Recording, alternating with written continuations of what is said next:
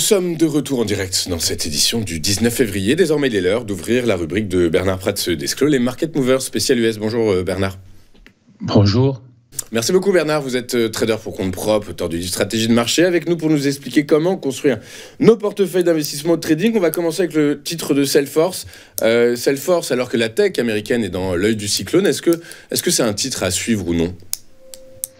Oui, écoutez, c'est un titre, on voit bien qu'il y a en fait un effet de rotation sectorielle sur la tech et on peut penser que dans les mois et trimestres à venir, donc là je suis sur du moyen long terme, c'est typiquement le titre qui pourra profiter justement de tout l'engouement autour de l'intelligence artificielle après avoir vraiment écumer tout ce qui touche aux microprocesseurs.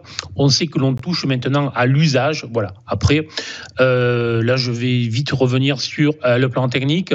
Et sur le plan technique, ce qu'on voit est relativement simple. On est sur une action qui, alors, il y a eu un certain nombre de doutes quand même sur la capacité de Salesforce à profiter de l'intégration de l'intelligence artificielle dans ses produits vis-à-vis du grand public, mais ces doutes ont été, dans un premier temps, ont été effacés et à nouveau, on voit bien qu'il y a des problématiques éventuelles sur les marges. Donc sur le plan technique, j'y reviens de suite. Sur le plan technique, on est sur une action qui évolue depuis maintenant plusieurs mois dans un double canal qui est ascendant. Alors, il y a eu un petit excès haussier justement lors de l'annonce des résultats, avec un passage de 330 à 360, 370 pratiquement. Et typiquement, c'est là où les acheteurs qui avaient acheté la valeur entre les 210, 220, etc.,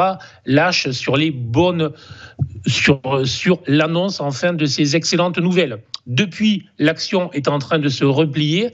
Et là où c'est très intéressant, c'est qu'elle se replie justement sur la médiane de ce double canal ascendant dont je vous parlais. Et en plus, c'est aussi un ancien sommet. Donc, autrement dit, on est là sur cette zone 315-320.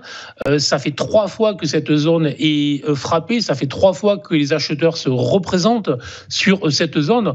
On est là sur un grand classique de l'analyse technique, de l'analyse chartiste que l'on appelle une inversion de polarité. Mais le gros intérêt là, c'est qu'on est sur une double inversion de polarité avec à la fois une ancienne résistance qui est en train de devenir support et l'ancienne résistance de la médiane du canal ascendant, il faut suivre, qui est aussi en train de devenir support. Voilà, donc tout simplement, tant que cette zone 315, 310, 320 tient, effectivement, il y a de grandes chances de retrouver des flux d'achat et donc de retrouver les sommets en direction des 360, 370. La cassure de cette zone ne serait pas une alerte de long terme, mais une alerte de court terme, avec un probable test de la zone support dynamique suivante qui est située entre les 290 et les 300. Donc positive à moyen long terme, surveiller la zone support